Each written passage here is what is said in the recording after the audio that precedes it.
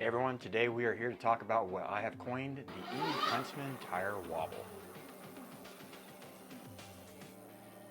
So as you see here, I have the tire company E-Huntsman. If like me, you've probably gone onto some of the social sites on like Facebook and stuff like that, and when it came time to upgrade your tires because they were wearing down, and you probably heard everyone talk about getting the E-Huntsmans. I have the Aerial Rider Grizzly version 3, and I hear a lot of people recommend this tire. So that was a tire that I personally wanted to go with. For my birthday in mid-August, my wife got me these tires. I didn't install them right away just because the old tires on my bike were fine. They weren't worn down yet, but I knew it was coming time soon. So mid-November, I switched out the tires. I put on the E-Huntsman, started riding. One of the first things I noticed right away was a wobble in the rear end of the bike.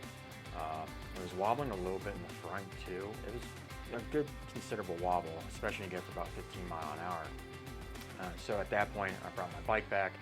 I went ahead and took the front tire, and I did the same on the front and the rear tire. I tried to make sure that it was seated properly, that the beading maybe wasn't seated right in the rim. That way the air out of the tires aired it down a good bit. I took soapy water around it, and then I overinflated it to see if it would pop in to make sure there's no issues. I went around and checked around the rim. Everything was seated right. So at that point, my thought process was, because of the Aerial Rider Grizzly having so many issues with the spokes, if you have one, you know exactly what I'm talking about, with them coming loose. It's something that has sort of been on the version 3s have been an issue. So I thought maybe from tightening the spokes down, it needed to be true, and something was out of alignment. So I then decided to go ahead and take it to a bike shop and let them deal with this, just because they're going to have a little better idea of what's going on there, and I don't have anything to true the tire or the rim, I mean. So I took it to them. They took a look at it. They called me, said the rim was true, there was no issues there, and that they had the wobble going on, that the only thing they could do is try to make sure that maybe the bead was seated properly, which I told them that's what I did. And they said, well, we're basically going to do the same thing. I figured, well, you know what? Maybe something was off with me. Maybe I didn't do something properly. Go ahead and give it a shot, which they did. And they called me back and said that it was a little bit better. They had taken the tire off, the tube off, they retaped it. Like, they did multiple things just to try to make sure the wobble wasn't related to something else, which it was not. They still had a wobble in it too. And they said that it wasn't quite as bad. I went and picked it up, brought it back, put it on the bike, put it on, started wobbling. Tried to take it for a ride, was wobbling. So at that point, I basically had spent, or my wife had spent $119 on a set of tires. And then taking this in to try to get it resolved cost me another $100 and basically $12. So now at this point, I'm $230 into this tire, and I still have a wobble and it's not working. So that's why I'm making this video. I'm going to try to save you guys some time. If you are thinking about these tires, I cannot recommend them from my personal experience. This is my truth. I know there's people out there that are like, oh, I love these tires, they're so wonderful. I've personally gone on and watched videos of people that have installed these on YouTube.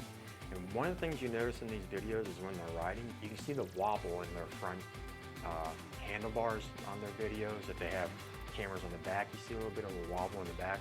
Like I've noticed that E-Huntsman wobble. That's why I sort of coined it that word. But no one was really talking about it. Now in the comments of some of these videos, you are seeing people talk about these wobbles. Some people are like, hey, you know what, it's not horrible, I'm going to hold on to it because the tire sounds smooth, blah, blah, blah. Me personally, it's not going to work because the whole hub wobbles, like as you can see in the video, and that's just not going to work for me. I don't want to be messing up everything, my pad, my rotors, and all that stuff, because it's also making that wobble too, and there's just not a good connection there. So it's not something that I'm willing to live with. So I'm basically out $230 on these tires.